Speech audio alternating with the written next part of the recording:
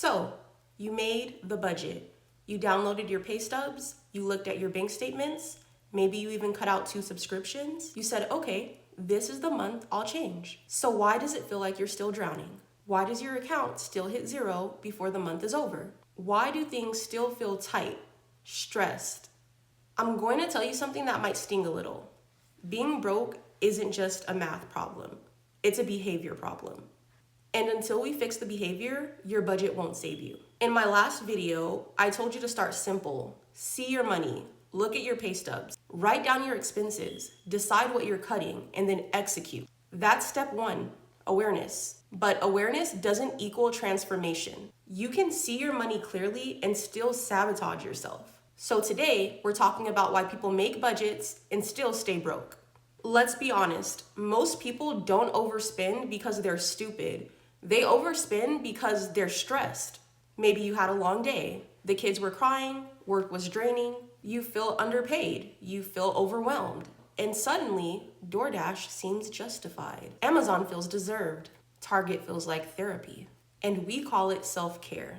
But if every bad day ends in spending, that's not self-care. That's coping. And coping with your money keeps you broke. We spend when we're bored. We spend when we're sad. We spend when we feel behind. We spend because other people look like they're living better.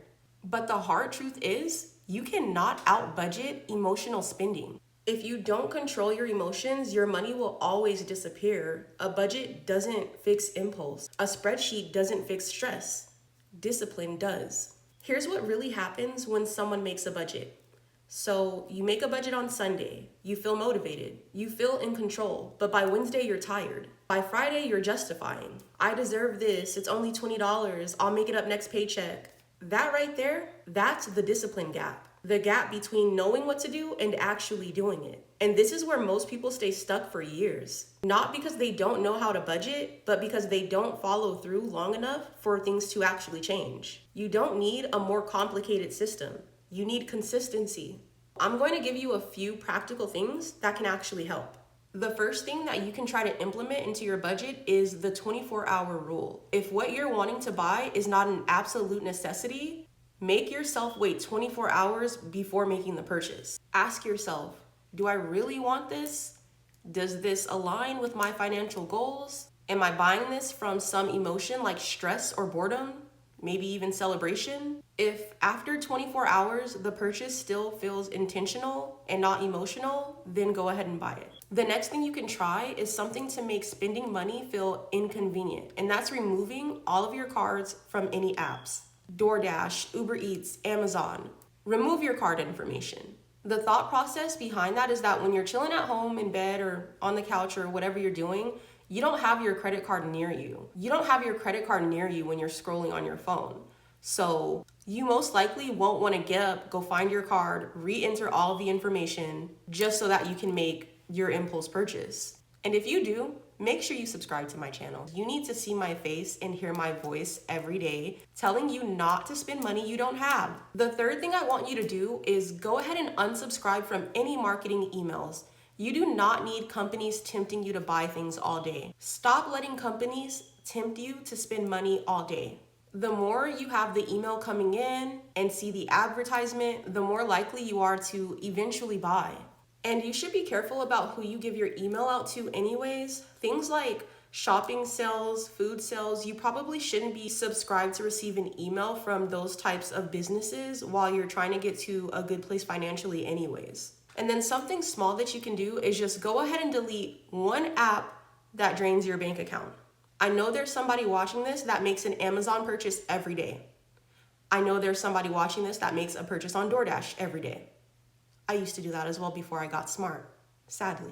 So all of those things might sound small, but small leaks sink ships. Keep that in mind. Now, let's go deeper. You cannot budget like a wealthy person if you still identify as a broke person.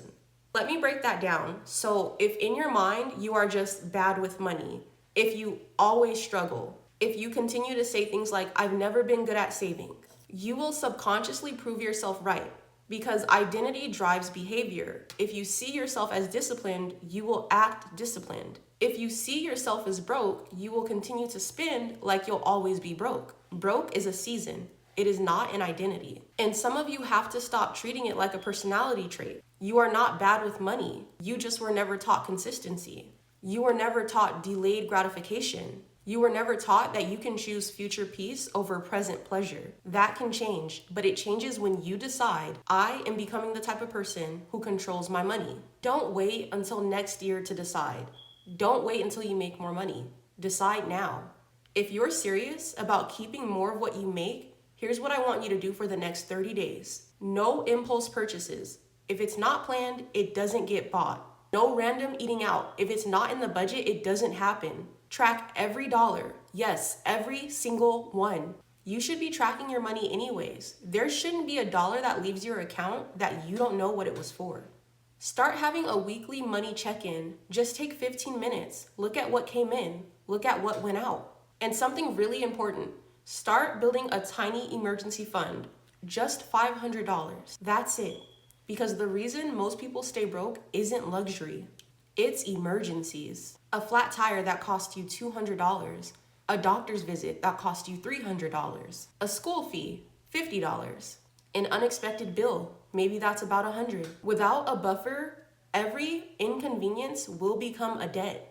30 days of discipline can shift your whole financial trajectory, but only if you can actually commit.